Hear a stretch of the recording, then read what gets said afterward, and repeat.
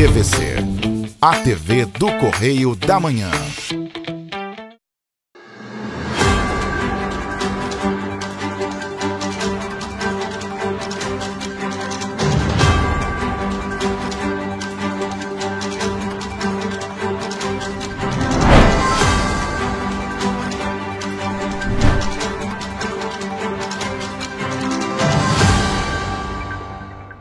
Olá, sejam muito bem-vindos ao nosso Correio Serrano na TV. Muito obrigado pela sua presença, sua audiência. Hoje, sábado, dia 30/11, a gente chega, claro, com o nosso resumo da semana com as principais notícias. Você quer participar do nosso jornal? Manda sua mensagem para o nosso e-mail, tvccorreiodamanhã@gmail. Ou, claro, você pode entrar em contato pelo WhatsApp, é o meio mais fácil. Por ali você manda foto, vídeo, áudio, seu texto, faz a sua reclamação, mostra como é que está a sua cidade, seu bairro, por esse telefone, o DDD 24, o telefone é o 99323-1675. Você também pode nos seguir pelas redes sociais ou ficar atento no nosso canal no YouTube ou pelo Facebook. Fica conosco lá ao vivo, aí com nossa programação. Bom, vamos às notícias então desse sábado, dia 30 de novembro, viu? Especialistas pedem mais vacinação contra o aumento da dengue no verão. Cláudio Castro é eleito presidente do COSUD, consórcio dos governadores do Sul e Sudeste. E funcionários da empresa Turp declaram estado de greve, mas suspendem a paralisação prevista para terça-feira. E ainda, governo de transição realiza reunião nesta segunda-feira para apresentação de relatórios das secretarias municipais. Agora no Correio Serrano na TV.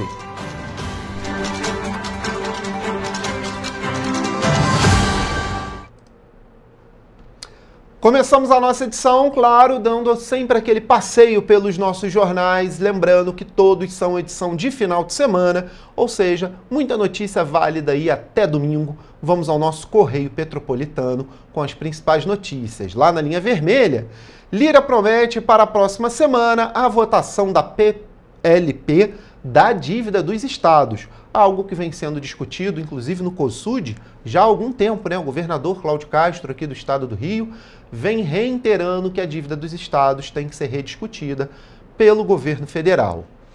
E mais dinheiro para as bets, isenção de imposto de renda de quem ganha até 5 mil, anima o mercado de apostas, está na coluna Magna Vita, na página 3, ou também na página 4, na nossa página de política. E o TCU divulga normas de nova licitação da BR-040-495. O Tribunal de Contas da União divulgou as determinações necessárias para que o processo de licitação da BR-040-495 prossiga. Aquele imbróglio, né, da nossa BR-040 aqui, que já está demorando, já faz um tempo, né? E a crise do lixo pode estar ligada à má logística, está na página 12, isso falando, claro, aqui de Petrópolis. Ali, na nossa fotolegenda, Castro debate PEC da segurança durante o Fórum Nacional de Governadores.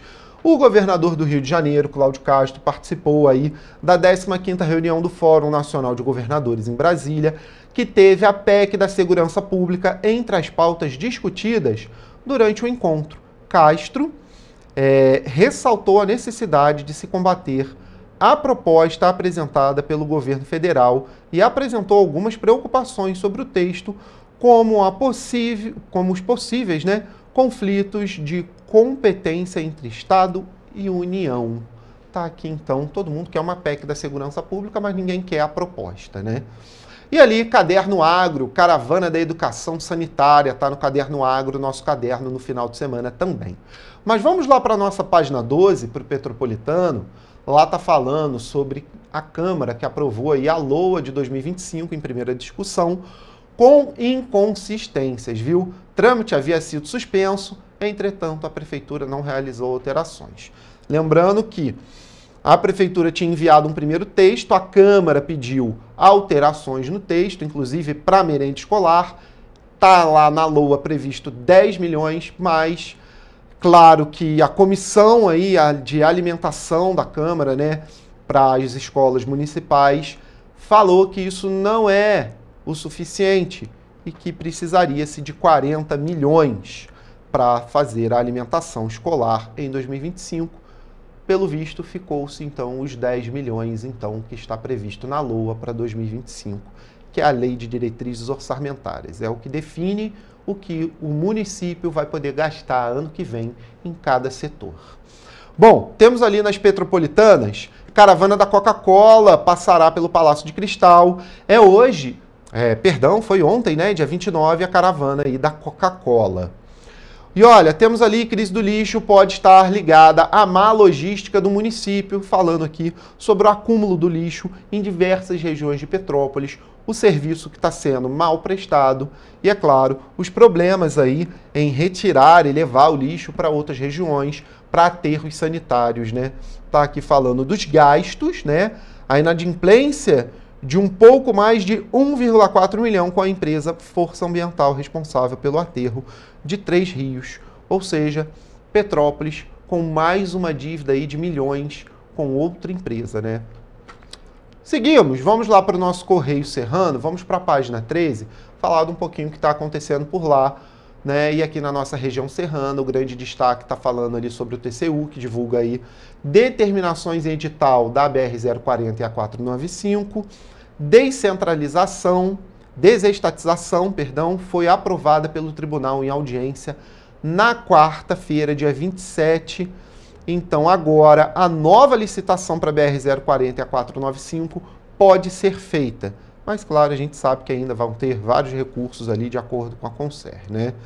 E nas Teresopolitanas, 85 anos do Parque Nacional da Serra dos Órgãos, uma belíssima imagem ali, pegando o Portal de Hércules, lá no Parque Nacional da Serra dos Órgãos, o Parnaso. Pessoal, ainda tem muito mais notícias nos nossos jornais. Claro, você confere tudo aí nas bancas, R$2 somente, ou no nosso site, viu? No nosso site você confere também todos os nossos jornais, todas as nossas edições de final de semana e fica muito bem informado. E é claro, pode ficar ao vivo conosco aqui na TVC, na tela da TVC, pelo nosso site, tvc16.com. Lá você vê as atualizações do final de semana e também pode ficar ao vivo conosco aqui, viu? A gente faz agora um rápido intervalo. Na volta você vê que a Receita abre consulta a lote aí da malha fina do imposto de renda. Correio Serrano volta já.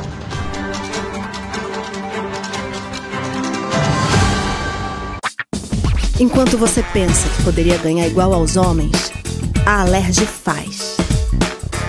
As leis que você precisa, a Alerj faz. Baixe o aplicativo da Alerj e conheça seus direitos. Para ter mais qualidade de vida, conte com a maior rede de academias de Petrópolis. Aqui na Corper, com uma mensalidade, você utiliza todas as unidades: Centro, Bingen, Itamaraty e Itaipava. Com planos a partir de R$ 95,00. A academia oferece ambientes modernos para você cuidar da sua saúde com segurança. Os espaços contam com dezenas de aparelhos de musculação, diversos equipamentos para aeróbico e funcional, além, é claro, de profissionais qualificados e uma extensa grade de aulas coletivas, que inclui dança, bike, jump, wolf fit, step fit, entre outras. Nossas estruturas são equipadas com salas de musculação e aulas coletivas, salas de avaliação física e nutricional, vestiários e estacionamentos amplos. Venha nos fazer uma visita e surpreenda-se! Rio de Janeiro, atração o ano inteiro. Tem descanso, tem folia, noite e dia, alegria, sol e praia, diversão. No prato ou copo, a festa, o bar, museu ou bloco. Show, cultura, história, gravado na memória e no seu coração. Rio de Janeiro, vem se apaixonar. Rio de Janeiro, vem se apaixonar.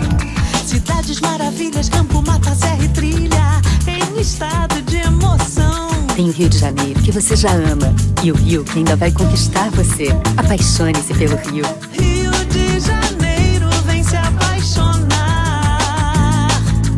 Rio de Janeiro, vem se apaixonar. Governo do Estado do Rio de Janeiro. Um bom jornal tem que ser direto. tem que ser direito. Não ser de esquerda ou de direita, mas direito. É ter coragem de informar a verdade e não impor a sua verdade. É respeitar a inteligência do leitor e vontade do eleitor. Correio da Manhã, um jornal que há 123 anos tem a coragem de ser direto e direito. Em uma banca perto de você.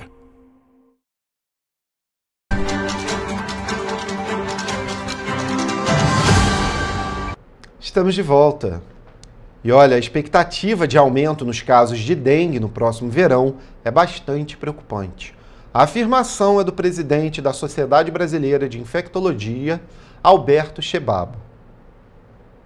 Segundo o médico, a dengue é uma doença surpreendente que vem sendo combatida desde a década de 80 com poucas vitórias. O médico infectologista Alberto Chebabo defendeu que é preciso ampliar a aplicação de vacinas contra a doença para permitir a proteção de um número maior de pessoas. O médico infectologista foi um dos participantes da coletiva de apresentação da pesquisa inédita sobre o impacto da desinformação e das fake news sobre a dengue, realizada pela empresa multinacional de pesquisa e consultoria de mercado, Ipsos, encomendada pela biofarmacêutica Takeda, com a colaboração da SBI. Foram entrevistadas 2.000 pessoas para entender as percepções sobre a dengue, a vacinação em geral e sobre a doença. O médico infectologista acrescentou que a Organização Mundial da Saúde começa como o enfrentamento da hesitação à estratégia conhecida como 5 letras C. Melhorar a confiança na vacina e na estratégia pública de colocar a vacinação em prática. A complacência, que é a percepção do risco, precisando trabalhar mostrando os riscos da doença. A conveniência, que é o acesso e as vacinas que precisam estar disponíveis. A comunicação, com o papel fundamental da imprensa. E o último, o contexto, que muitas vezes precisa ser particularizado, como nos acessos em regiões remotas, de pandemia, políticos, às vezes religiosos, de um povo localizado. Um fato positivo no estudo é que, mesmo diante da epidemia da doença no Brasil neste ano, 88% dos entrevistados disseram que veem a vacina contra a dengue como uma medida eficaz de prevenção. O boletim Infogripe da Fiocruz aponta que o rinovírus permanece como o principal vírus responsável por casos de síndrome respiratória aguda grave em crianças e adolescentes de até 14 anos, sobretudo nos estados das regiões Norte e Nordeste, enquanto a Covid-19 predomina entre os idosos. A pesquisadora do Programa de Computação Científica e do Infogripe, Tatiana Portela, diz que apesar do alerta relacionado ao rinovírus e Covid-19 em alguns estados e faixas etárias, as hospitalizações associadas a ambos os vírus estão em tendência de queda ou estabilidade na maior parte do país. Segundo ela, nessa última atualização do boletim Infogripe, foi observada uma redução dos novos casos de CIRAG no agregado nacional e também de redução ou estabilidade dos casos de CIRAG na maioria dos estados no país. No estado do Rio de Janeiro, o aumento dos casos de CIRAG ocorre em praticamente todas as faixas etárias e está associado ao rinovírus nas crianças e adolescentes de até 14 anos e à Covid-19 entre os idosos. Contudo, com exceção apenas da população idosa de 50 a 64 anos, os casos de CIRAG no estado já apresentam um sinal de desaceleração do crescimento. A síndrome respiratória aguda grave registrou em 2024 9.726 óbitos, sendo notificados 158.788 casos no país. Agora a gente troca de assunto porque o Orçamento Geral da União de 2024 terá um novo bloqueio em torno de 5 bilhões. A informação é do ministro da Fazenda, Fernando Haddad. Segundo Fernando Haddad, o número foi passado pela Casa Civil na reunião da Junta de Execução Orçamentária no fim da última tarde. De acordo com o ministro, talvez o bloqueio seja um pouco menor ou a mais, mas na casa dos 5 bilhões de reais. O motivo é porque a Receita está correspondendo às expectativas do Ministério e o ponto de vista do cumprimento de meta, conforme a Lei de Diretrizes Orçamentárias. Haddad reiterou que a arrecadação está dentro das previsões e negou que haja mudança na meta de resultado primário do déficit zero, com margem de tolerância de até 28,75 bilhões para mais ou para menos. Nesta sexta-feira, o Ministério do Planejamento e Orçamento divulga o relatório bimestral de avaliação de receitas e despesas, que orienta a execução do orçamento. A última edição do documento tinha descongelado 1 bilhão e 700 milhões de reais do orçamento de 2024. O aumento na estimativa de arrecadação fez o governo reduzir para 28 bilhões e 300 milhões a estimativa de déficit primário em 2024. O valor é 400 milhões de reais inferior ao limite mínimo da margem de tolerância para o cumprimento da meta. Cerca de 220 mil contribuintes que caíram na malha fina e regularizaram as pendências com o fisco já podem saber se vão receber restituição. A Receita Federal liberou a consulta ao lote da malha fina de novembro, com a inclusão de cerca de 8,6 mil contribuintes do Rio Grande do Sul com direito a receber. O lote também contempla restituições residuais de anos anteriores. Ao todo, 221.597 contribuintes vão receber mais de 558 milhões de reais.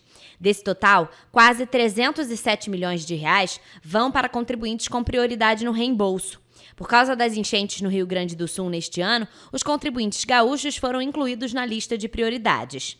Em relação à lista de prioridades, a maior parte, sendo mais de 88 mil contribuintes, informaram a chave Pix do tipo Cadastro de Pessoa Física, o CPF, na declaração do imposto de renda ou usaram a declaração pré-preenchida. Desde o ano passado, a informação da chave Pix dá prioridade no recebimento. Em segundo, há mais de 34 mil contribuintes entre 60 e 79 anos. Em terceiro, vêm os mais de 8.800 contribuintes cuja maior fonte de renda seja o magistério. Em quarto, estão mais de 8.600 contribuintes residentes do Rio Grande do Sul. O restante dos contribuintes prioritários é formado por mais de 4.800 idosos acima de 80 anos e 3.500 com alguma deficiência física ou mental ou moléstia grave. A lista é concluída por mais de 73 mil contribuintes que não informaram a chave Pix e não se encaixaram em nenhuma das categorias de prioridades legais.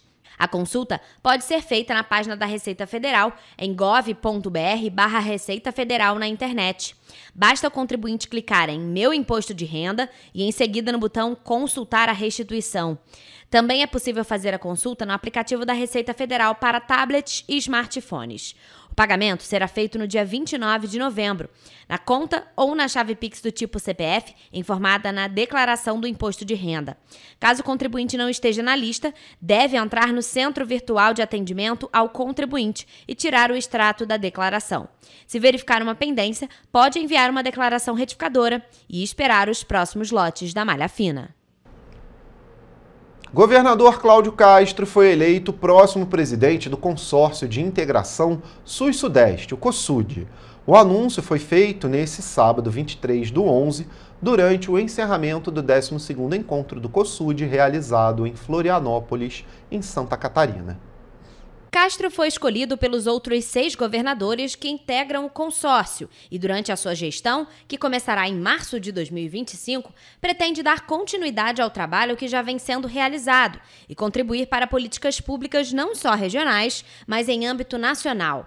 Os 7 estados do COSUD representam mais de 56% da população brasileira e 70% do produto interno bruto do país. Esse foi o COSUD onde a gente se coloca agora não como um consórcio de troca de experiências, mas um consórcio de efetividade. No evento, Castro e os demais governantes que compõem o consórcio leram a Carta de Florianópolis, documento final que consolida os compromissos firmados pelos 7 estados em diversas áreas, em especial nas agendas prioritárias de segurança, meio ambiente e reforma tributária.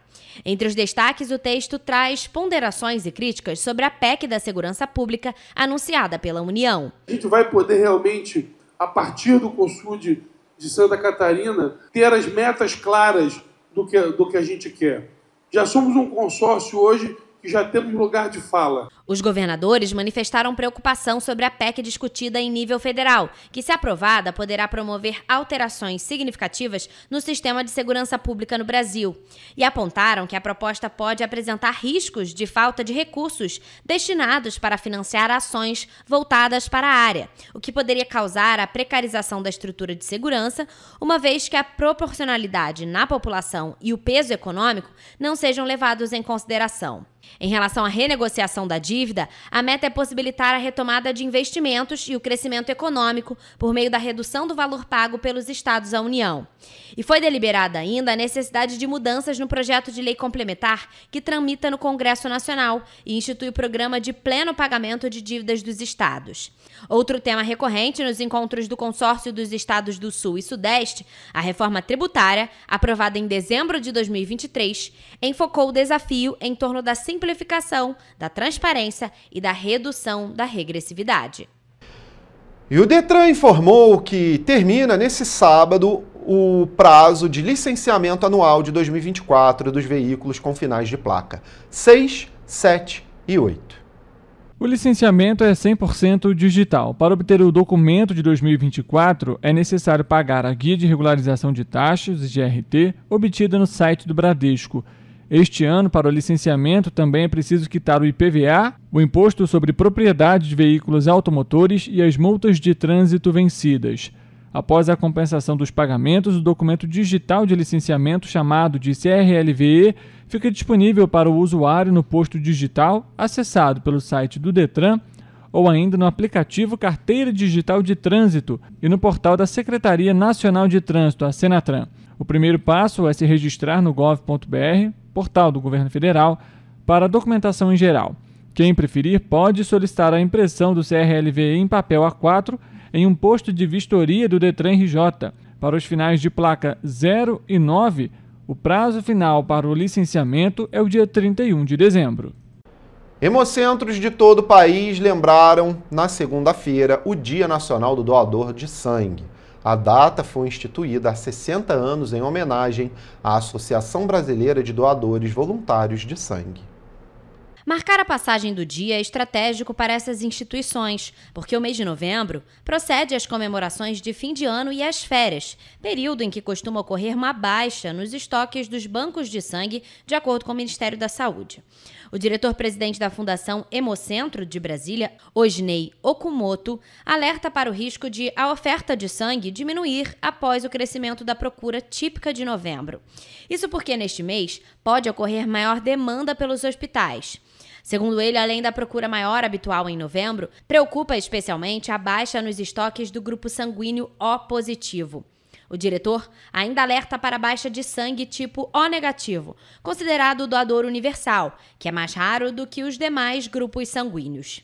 O estoque dos dois tipos de sangue é considerado crítico em outros estados, como ocorre na maior rede de hemocentros do país, que fica em São Paulo. Em cada doação, o sangue colhido de uma pessoa pode ajudar até 4 pacientes que poderão receber hemocomponentes obtidos com a centrifugação ou o congelamento do sangue doado, ou hemoderivados produzidos a partir do fracionamento do plasma por processos físicos-químicos. O sangue doado é utilizado por pacientes com câncer ou com doenças hematológicas, por pessoas que se submetem a cirurgias de grande porte, operações de caráter emergencial e nas intervenções seletivas. E começou na última segunda-feira o pagamento da folha do mês de novembro a aposentados e pensionistas e beneficiários de auxílios pagos pelo Instituto Nacional do Seguro Social. Os créditos são escalonados em dias úteis e seguem até o dia 6 de dezembro, de acordo com o número final do cartão do benefício, sem considerar o último dígito verificador que aparece depois do traço. Os beneficiários do Rio Grande do Sul continuarão a receber o pagamento no primeiro dia do calendário, enquanto durar o estado de calamidade pública na região, em razão das enchentes que atingiram o estado no mês de maio deste ano. Para os demais beneficiários, quem ganha até um salário mínimo recebe primeiro. Aqueles que têm o número do cartão com o final 1 terão o crédito no dia 25 de novembro, e assim sucessivamente até as pessoas com cartão com o final 0, que recebem no dia 6 de dezembro. Para quem ganha acima do mínimo, os créditos ocorrerão no dia 2 de dezembro para os benefícios com final 1 e 6. No dia 3, recebem os beneficiários com cartão de final 2 e 7, e na sequência, cartão final 3 e 8 no dia 4. Cartão final 4 e 9 no dia 5, e por fim, em 6 de dezembro, serão creditados os benefícios para aqueles com cartão com final 5 e 0. Se houver feriado municipal, estadual ou federal, o pagamento do benefício é no dia útil seguinte. O prazo para saque dos benefícios com cartão é até o final do mês seguinte, aproximadamente 60 dias, ao da disponibilização do valor na conta. Caso o segurado não faça o saque nesse período, os valores correspondentes serão devolvidos ao INSS. O INSS paga mensalmente cerca de 40 milhões de benefícios assistenciais e previdenciários. Na folha de pagamento do mês de outubro, foram mais de 28 milhões e 200 mil de benefícios até um salário mínimo. Os que ganham acima do piso nacional somaram mais de 12 milhões e 300 mil benefícios. E o pagamento do benefício do programa Pede Meia teve início nessa última segunda-feira também e segue até a próxima semana para alunos de ensino médio da rede pública. O Pede Meia funciona como uma poupança e tem o objetivo de evitar a evasão escolar, com a promoção da permanência dos estudantes nas escolas e a conclusão dessa última etapa do ensino básico. Para se manter no Pede Meia, o estudante deve ter frequência mínima de 80% nas aulas do ensino médio. Caso a frequência diminua em algum mês, o aluno não vai receber o benefício referente ao período. A Caixa Econômica Federal é responsável pela abertura das contas em nome dos estudantes matriculados no ensino médio público e pelos pagamentos de todas as parcelas do programa com recursos do Ministério da Educação. Os depósitos podem ser consultados pelos beneficiários por meio do aplicativo Jornada do Estudante do Ministério da Educação. O valor é depositado em conta poupança da Caixa Tem. Os valores podem ser movimentados pelo aplicativo Caixa Tem, de acordo com o mês de nascimento do estudante, de forma escalonada, a partir desta segunda-feira. E você vai ver depois do intervalo que dívida da Prefeitura agrava a crise da coleta de lixo em Petrópolis. Voltamos já.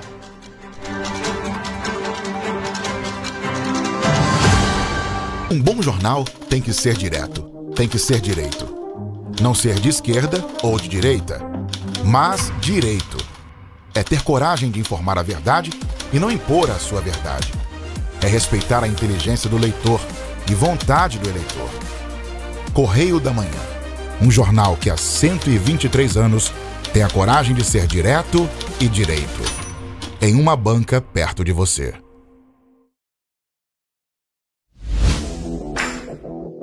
Para ter mais qualidade de vida, conte com a maior rede de academias de Petrópolis. Aqui na Corper, com uma mensalidade, você utiliza todas as unidades: Centro, Bingen, Itamaraty e Itaipava. Com planos a partir de R$ 95,00. A academia oferece ambientes modernos para você cuidar da sua saúde com segurança. Os espaços contam com dezenas de aparelhos de musculação, diversos equipamentos para aeróbico e funcional. Além, é claro, de profissionais qualificados e uma extensa grade de aulas coletivas, que inclui dança, bike, jump, wolf fit, step fit, entre outras.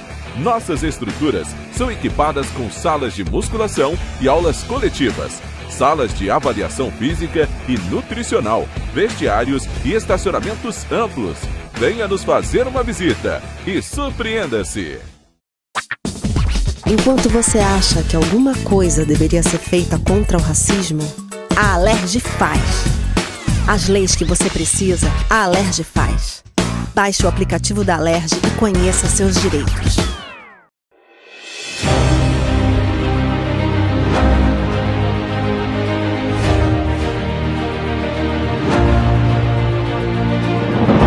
Não é jornalismo de direita, é jornalismo direito. Correio Petropolitano. Tudo que seu jornal não deveria ter deixado de ser. Todos os dias, em uma banca perto de você.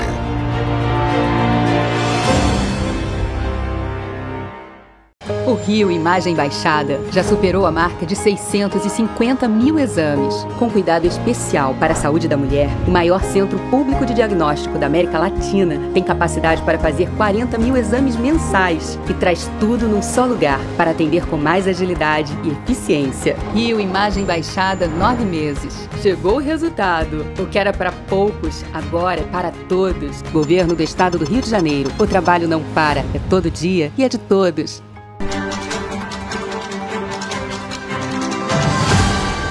Estamos de volta. E olha, na última segunda-feira, uma reunião foi realizada entre a atual gestão e a equipe de transição de Petrópolis para a apresentação de relatórios das secretarias municipais. Entre os pontos mais preocupantes estão os recursos do Instituto de Previdência e Assistência Social do Servidor Público do município de Petrópolis, o INPAS. A reunião foi realizada com o objetivo de apresentar os relatórios das secretarias municipais da atual gestão. Ainda neste mês, a equipe de transição de Ingo Rames criticou a dificuldade para ter acesso a documentos referentes ao município. De fato, hoje a gente começa a ter acesso a todos os dados, como a gente vem solicitando já há algumas semanas. Então a gente espera que seja o mais transparente possível para que a gente tenha a noção exata de como a gente vai assumir o município. Entre os pontos mais preocupantes estão os recursos do Instituto de Previdência e Assistência Social do Servidor Público do município de Petrópolis, o INPAS, que retirou recursos para pagamentos de forma irregular. A gente teve um bloqueio de 24 milhões, depois um outro de 11 milhões para que pudesse pagar a folha.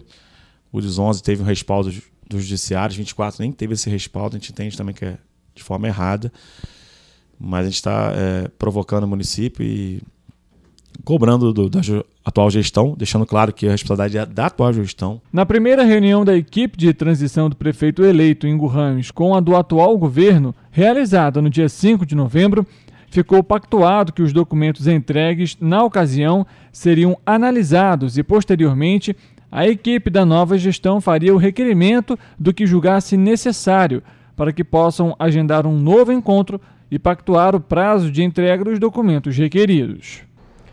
E o Sindicato dos Trabalhadores Rodoviários de Petrópolis anunciou que, após uma reunião com os funcionários da TURP, os rodoviários entraram em estado de greve na última segunda-feira, 22 de novembro. E a paralisação, que estava confirmada para meia-noite de terça-feira, 26 de novembro, foi suspensa. Confira. Após reunião extraordinária realizada na sexta-feira, 22 de novembro, o Sindicato dos Rodoviários decidiu optar pelo estado de greve. E esta não é a primeira vez que os trabalhadores da empresa TURP se veem obrigados a interromper o transporte por reivindicação dos próprios direitos. Mas a paralisação, que estava prevista para ter início nesta terça-feira, foi suspensa após o pagamento dos salários atrasados, que foi realizado no fim da tarde desta segunda-feira.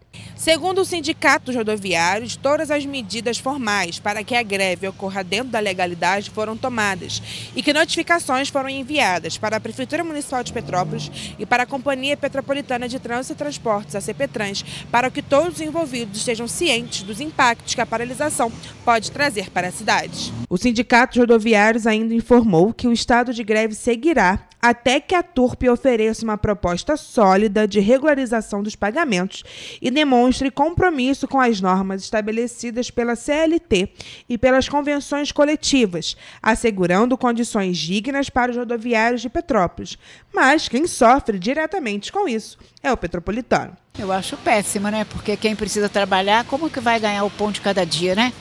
Isso aí que eles têm que verem, né? Eu acho uma pouca vergonha. Parece até que a gente está pedindo um favor que a gente está andando de graça. E é justo, eles trabalham, também tem conta para pagar. Eu acho que eles estão certos, tem que parar mesmo. É o direito deles. Estão certos, né? Mais do que certo. Porque né? Não pagam, né? E a gente precisa receber, né? Por fim, o sindicato ainda pontuou que vai estar em estado permanente de greve e haverá paralisação caso haja atraso nos próximos pagamentos, como o 13º salário, que deve ser pago dia 30 de novembro, o salário propriamente dito, que deve ser pago no 5º dia útil, vale alimentação, com repasse dia 15 de dezembro e vale também no dia 15 de dezembro. O estado de greve será permanente até que a TURP regularize os pagamentos. E o Ministério Público do Estado do Rio de Janeiro, o Ministério Público do Rio, assistiu na última sexta-feira à apresentação do mais abrangente mapeamento de risco geológico já realizado em Petrópolis, desenvolvido pelo Departamento de Recursos Minerais do Estado do Rio de Janeiro. O estudo contou com tecnologia avançada e inspeções técnicas detalhadas em campo, representando um marco nas estratégias de prevenção a desastres e integrará as iniciativas do programa Serrana Resiliente. A entrega do documento ao MPRJ contou com a participação da promotora de justiça Zilda Januzzi, titular da primeira Promotoria de Tutela Coletiva de Petrópolis, que destacou a relevância do estudo para a gestão de riscos. Segundo ela, o MPRJ espera que este mapeamento seja um instrumento para transformar a realidade social na cidade, orientando ações concretas do poder público. O trabalho, conduzido por geólogos, geógrafos e engenheiros, avaliou mais de 15 mil pontos em 548 microbacias do município, identificando 1.755 setores de risco, dos quais 15.168 edificações estão expostas. Os dados foram auditados com visitas técnicas duplas às áreas de maior vulnerabilidade. O levantamento será integrado ao programa Serrana Resiliente, que inclui iniciativas como a instalação de núcleos avançados do Instituto Estadual do Ambiente, o INEA, e radares meteorológicos. A cartografia detalhada do município atende aos Objetivos de Desenvolvimento Sustentável da ONU, especialmente o ODS 11, que busca tornar cidades e comunidades sustentáveis. Além de mapear áreas suscetíveis a deslizamentos, o estudo sugere intervenções que vão desde obras e realocação de famílias até sistemas de alerta, cadastramento de vulneráveis e elaboração de planos de contingência. Esses dados também subsidiarão a revisão do Plano Municipal de Redução de Riscos de Petrópolis, cuja última atualização ocorreu em 2017. E olha, abrindo a semana em que comemora-se o Dia Estadual de Redução de Riscos de Desastres, o governo do Estado do Rio de Janeiro realizou, por meio da Secretaria de Estado de Defesa Civil e do Corpo de Bombeiros Militar do Estado do Rio de Janeiro, um simulado de desocupação em 21 comunidades vulneráveis no último sábado. Além da mobilização dos moradores de áreas de risco, o exercício testou o funcionamento das sirenes do Sistema Remoto de Alerta e Alarme, instalado em todo o território fluminense, e os protocolos de ações em caso de desastres ocasionados por chuvas. A atividade impactou cerca de 20 mil pessoas em 14 municípios. Hoje, o governo do estado mantém 202 sirenes e 70 pluviômetros ativos em apoio aos municípios. Os alertas sonoros antecipam as situações de risco e garantem um tempo precioso para a evacuação rápida e eficiente das áreas afetadas. A Defesa Civil Estadual e o Corpo de Bombeiros Militar do Rio de Janeiro trabalham o ano todo, 24 horas por dia, para prevenir eventuais desastres. A preparação envolve toda a estrutura do estado, as prefeituras e, claro, a sociedade. Se a sirene for acionada, é importante sair imediatamente e não retornar para buscar objetos de valor. Ainda durante esta semana, a SEDUC do Rio de Janeiro vai promover uma série de atividades, incluindo um seminário virtual, o segundo encontro com a ciência na Pontífice Universidade Católica, a PUC, um exercício simulado de desocupação de escolas e o lançamento do plano de contingências para chuvas intensas. E foi inaugurada a primeira lixeira reciclável de Petrópolis. A instalação tem o objetivo de tornar a cidade imperial um município lixo zero, ou seja, com reaproveitamento de até 90% dos resíduos gerados. A primeira lixeira reciclável de Petrópolis foi instalada no último sábado na Estrada do Catubira, em Itaipava. A inauguração da lixeira é parte de um projeto de proteção ambiental idealizado pela OpenSat Soluções, com o apoio da Crasmadeira, Itaverde, ICM Bio, APA Petrópolis e Nossos Jardins Plantas Ornamentais. É a primeira lixeira de reciclável que Petrópolis está tendo. É um privilégio para a nossa cidade. Quando a gente passa no Petrópolis hoje, a gente vê lixo espalhado por toda a cidade, colocado de todas as formas. E aqui hoje está sendo instalada a primeira lixeira de reciclável. A lixeira foi instalada no viaduto do Catubira, ao lado de uma caçamba previamente revitalizada pela OpenSat, reforçando o compromisso da iniciativa com a limpeza urbana e a sustentabilidade, além de marcar um avanço na conscientização ambiental e no cuidado com os espaços públicos da cidade, tópicos que, muitas vezes, são abandonados pelo governo municipal. Esse é o primeiro passo que a gente está ajudando para a cidade, contribuir uma cidade limpa. A lixeira reciclável inédita na cidade possui compartimentos para o descarte correto de papel, plástico, metal e vidro, além de recipientes exclusivos para tampinhas de garrafas plásticas instalados em parceria com a APA Petrópolis. A iniciativa coleta tampinhas que são trocadas por recursos destinados a doações de cadeiras de rodas e ração para animais resgatados pela associação. O projeto do OpenSat sem fins lucrativos e independente de apoio governamental começou em 2022, com foco em ações de limpeza, revitalização de caçambas e instalação de câmeras de monitoramento para coibir o descarte irregular de entulhos. Até o momento, 16 locais da cidade imperial foram beneficiados com a revitalização das caçambas e jardinagem. A gente só tem a agradecer e pedir o apoio da população. A questão do lixo não é só um problema da prefeitura. A questão do lixo é um problema de todos nós. Nós temos que trazer essa responsabilidade para cada um. E esse lixo que nós produzimos em casa, o resíduo, a gente agora tem um local adequado para a gente colocar. César Magno destacou a importância econômica do depósito de resíduos em local adequado para parte da população. Traga os seus resíduos, seu lixo, de forma limpa, colocar nos locais certos, porque tem muita gente hoje que sobrevive disso aqui. Ainda de acordo com ele, parte dos resíduos tidos como lixo por muitos podem ser reciclados ou vendidos e convertidos em uma fonte de renda para parte da população. Ele sustenta a sua família, isso aqui que a gente estava jogando naquela lixeira. E hoje a gente pode colocar aqui e aproveitar e transformar isso em rendas para famílias menos favorecidas. De acordo com o OpenSat, em breve o local onde a lixeira foi instalada no Catubira vai receber melhorias adicionais, como iluminação e uma intervenção artística em grafite, reforçando o compromisso de tornar o espaço público mais limpo e seguro. A instalação da lixeira reciclável faz parte do processo de transformação de Petrópolis em uma cidade lixo zero, ou seja, onde até 90% dos resíduos produzidos possam ser reaproveitados.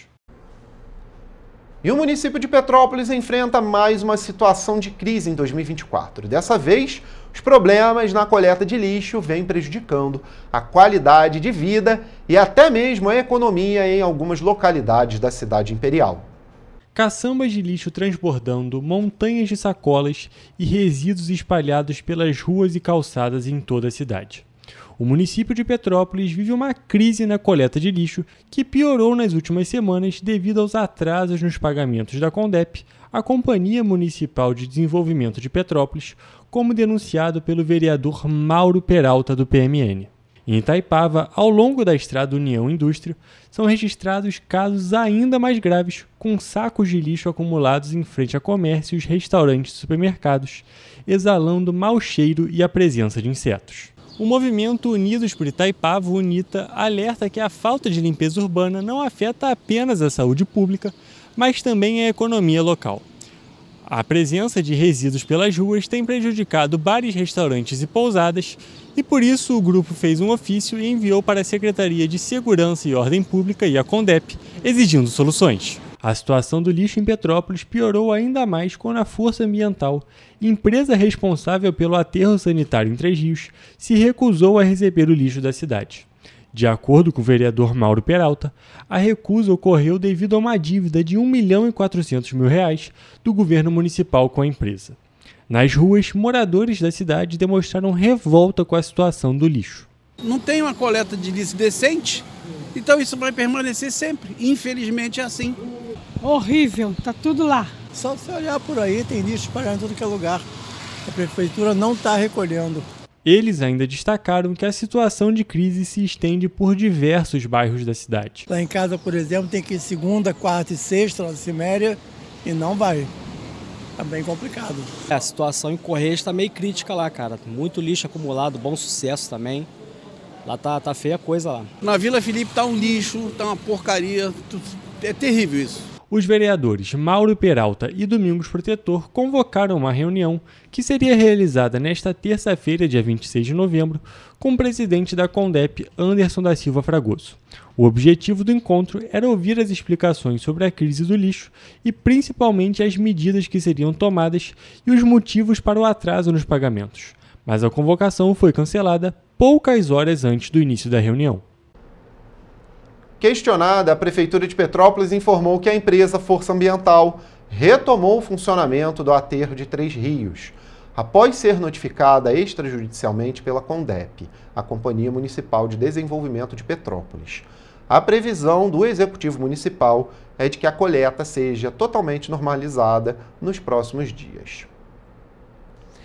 E olha só, 7 em cada 10 pessoas negras já passaram por algum constrangimento por causa de preconceito ou discriminação racial. O dado é de pesquisa de opinião realizada pelo Instituto Locomotiva e pela plataforma Questiona Pro, entre os dias 4 e 13 de novembro.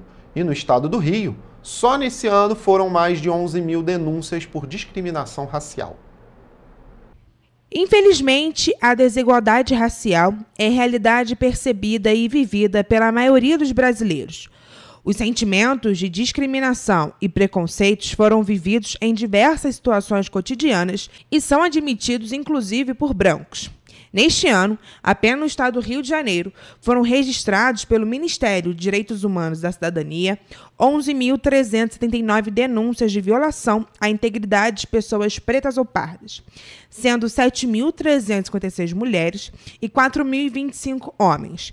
Pela base do cálculo, 7 em cada 10 mulheres sofrem com a discriminação, enquanto os homens ficam na faixa de 4 em cada 10. O racismo ele constitui um ato de ofensa, de discriminação a uma pessoa em razão da sua raça ou da sua condição. E nós, às vezes, atrelamos o crime de racismo só à pessoa da pele negra, quando, na verdade, é qualquer ato em que você discrimine toda uma raça, toda uma coletividade. Por exemplo, as pessoas de pele amarela. A partir do momento que eu tenho um ato de discriminação, de preconceito para pessoas que têm uma diferença racial da minha, eu pratico o crime de racismo. Os negros, que totalizam pretos e pardos, representam 55,5% da população brasileira, sendo 112,7 milhões de pessoas em um universo de 212,6 milhões. De acordo com o censo de 2022, realizado pelo Instituto Brasileiro de Geografia e Estatística, o IBGE, 20,6 milhões se autodeclaram pretos e 92,1 milhões, ou seja, 45,3%, pardos. Aqui no município de Petrópolis, apenas no primeiro semestre de 2024, foram realizadas 15 denúncias por discriminação em virtude da raça ou cor, segundo os dados do Instituto de Segurança Pública. Enquanto isso, no mesmo período do ano passado, 2023, foram registradas 25 denúncias, uma redução de 40% no número de denúncias. A redução no número de denúncias não quer dizer a redução no número de crimes cometidos. O que nos acende um alerta: será que todos os que sofrem com a injúria racial ou alguma discriminação por racismo conseguem a coragem de denunciar o agressor? E é interessantíssimo a punição que a lei traz. A gente tem uma previsão, inclusive, na nossa Constituição Federal, que determina que nos crimes de racismo não é possível, por exemplo, você ter a prescrição, que seria um benefício para o encerramento de uma punição do Estado, nos casos em que o tempo percorre e o Estado não consegue punir. No caso do crime de racismo, isso é evidente, que esse crime não prescreve, então a qualquer tempo ele pode ser levado à investigação, inclusive para julgamento, e também não é cabível, por exemplo, fiança. Diferente de outros crimes, a partir do momento que você pratica o crime de racismo, você não tem ali a possibilidade de ter arbitrado a fiança nem pelo delegado e nem pelo próprio juiz. E os agressores não escolhem momento ou classe social para agirem com discriminação contra outro ser humano. Um exemplo disso é o jogador brasileiro Vinícius José Paixão de Oliveira Júnior, mais conhecido como Vini Júnior, que atua atualmente como ponta esquerda, jogando pelo clube europeu Real Madrid e pela seleção brasileira. Vinícius Júnior já sofreu uma série de atentados racistas dentro do campo, durante jogos de futebol nacionais e internacionais. Atualmente, o jogador aguarda por uma série de decisões na justiça que denunciam os agressores, o que faz dele uma representação importante para a classe. É mais corriqueiro vermos crimes de injúria racial, por exemplo, em uma briga entre pessoas, e o outro busca ofender por conta da etnia, das condições físicas daquela que busca ser ofendido, da própria vítima. Né? E a legislação ela trouxe uma punição, uma alteração na gravidade da pena, né? Podendo chegar a 5 anos aí de reclusão para um crime de injúria racial. E outras questões também, né? Outras agravantes ali, como, por exemplo, se eu cometer isso em redes sociais, eu tenho a pena agravada. Se, porventura, for por meio de uma chacota, uma forma de discriminar numa brincadeira, também tenho a pena agravada, especialmente em eventos esportivos. Destacando que racismo é crime no Brasil, de acordo com a Lei nº 7.716 de 1869. A lei regulamenta o trecho da Constituição Federal que tornou o racismo inafiançável e imprescritível. Bom, vamos mudar de assunto e alegrar um pouquinho, porque o canil do Corpo de Bombeiros Militar do Estado do Rio de Janeiro ganhou um novo integrante. O cão da raça pastor holandês, o filhote de apenas 2 meses e meio, reforçará aí o time de heróis de 4 patas da corporação e atuará aí na busca por vítimas de soterramento causados por deslizamentos de terra e desabamentos de edificações. O animal já iniciou o treinamento, que tem duração média de 1 ano e meio a 2 anos, no 2º Grupamento de Socorro Florestal e Meio Ambiente. Junto ao seu condutor, o cãozinho já começou a ser estimulado e adaptado a diferentes tipos de terrenos, como a grama, lama, terra e pedras, simulando escombros em desastres. Brincadeiras também são direcionadas para que desenvolva equilíbrio, destreza e obediência. Cada atividade tem um propósito e ajuda a construir suas habilidades para o trabalho de salvamento e resgate. Hoje, o canil do Corpo de Bombeiros Militar do Estado do Rio de Janeiro é referência, com 13 animais aptos e 3 filhotes em preparação. Recentemente foi formada uma nova turma de condutores, especialistas no serviço de busca, resgate e salvamento com cães. A população vai poder ajudar a corporação a escolher o nome do novo integrante do canil CBMERGE. A votação acontece no Instagram do Corpo de Bombeiros do Rio de Janeiro, em @Corpo de Bombeiros _RJ. As opções de nomes para o novo filhote são Hope e 02. E uma recente sondagem pelo Instituto Fecomércio de Pesquisas e Análises revelou que 27% dos turistas que visitam a cidade do Rio de Janeiro têm grande interesse em explorar outras cidades do estado. Com um fluxo turístico intenso na capital, o desafio agora é transformar esse interesse em viagens efetivas para o interior, destacando destinos como Petrópolis, aqui na região serrana.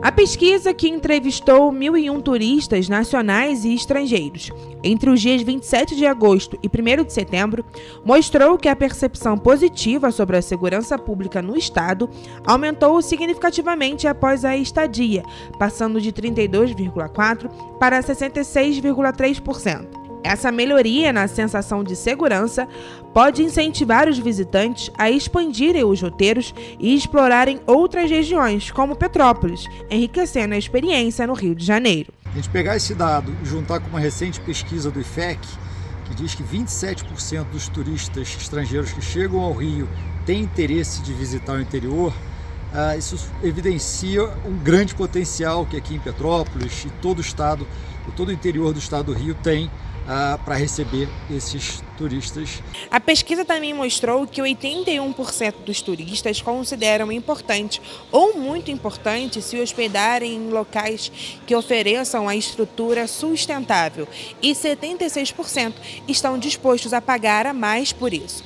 Petrópolis pode se aproveitar dessa tendência, pois já apresenta diversos casos de opções de hospedagem que consideram a medida sustentável como prioridade. A gente tem melhorias de acesso, transporte público, sinalização, tem eventos que a gente tem que investir aqui no interior para atrair esse público. A gente tem que investir em educação, em formação dos empreendedores, em mão de obra. Tem essa série de ações que precisam ser feitas para que esse incremento de fluxo de turistas realmente converta em mais dinheiro para a economia, mais trabalho e mais renda para a população toda. Para o FEComércio, as redes sociais também exercem grande influência na decisão dos turistas, com 13,8% sendo impactados pela rede social Instagram. Ao intensificar a presença digital e promover as belezas naturais, patrimônios históricos e eventos culturais nessas plataformas, Petrópolis pode atrair a atenção de potenciais visitantes e estimular o desejo de conhecê-la.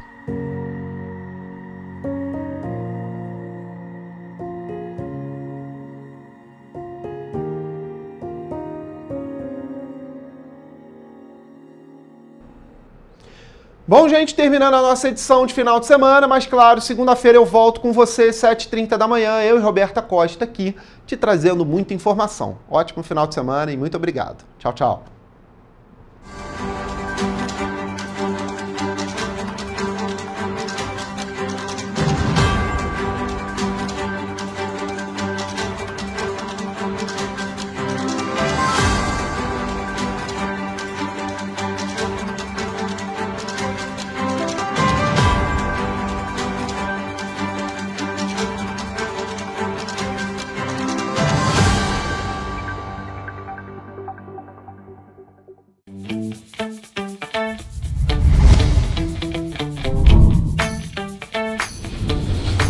TVC, a TV do Correio da Manhã.